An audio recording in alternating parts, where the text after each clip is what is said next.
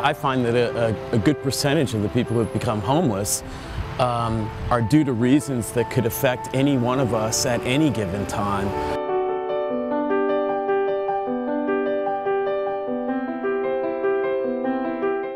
Just as an example, there's a family that ended up getting swindled by some real estate scam and basically ended up losing their savings. Now, that could happen to any of us, and it's not hard for that to happen. As soon as we got here, we found that the home address was actually an empty field, and the website had been torn down, and all the reference numbers had been disconnected as well.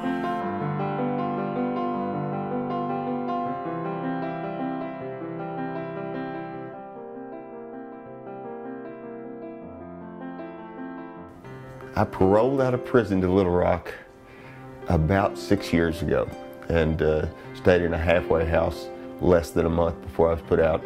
I went straight back to using drugs again and got put out on Christmas Eve from the halfway house I was at.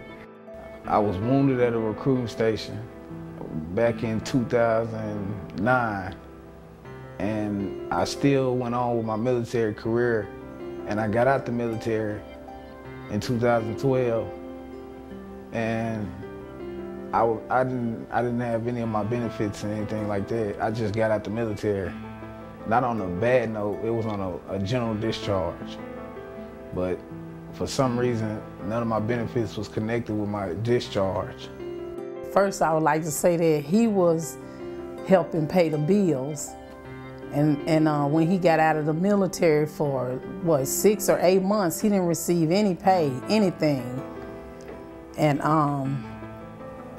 so, you know, we couldn't afford our home anymore, and we got evicted.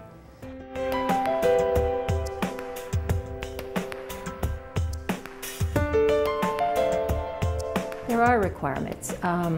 Everybody has to fill out an application. We screen those applications, we do background checks, we actually do an interview process where at least 3 of us sit down with them and talk with them about the things that they've put on their application. We try to ask them questions about their background. How did they end up homeless? How did they come to need this help from Rock of Hope? And what do they think Rock of Hope can offer them? That's really the important part. You have to hear that they want to make a change in what's going on in their life. One of the things that we are very, very strict about is once you're in the Rock of Hope program, you cannot use narcotics, nor can you drink.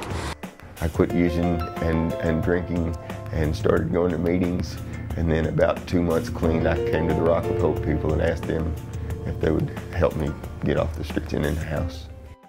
This is my room with my clothes sticking out my closet door, and like I said, I got lucky that I have a bathroom off my bedroom by myself. When you get the bourbon out of you and the needles away from you and the crack pipes behind you, you realize that inside is where human beings are supposed to be. This is going to be at my library, which I'm trying to get it together. So when we got here and even, I don't want to say the condition that the home was in, but knowing that it hadn't been how we would have hoped it would have been. You know, we didn't care what work had to be done to get it to where we'd like it to be. And here we are settling in, and it's exciting, and it's home. It feels like home. You don't understand. Woo.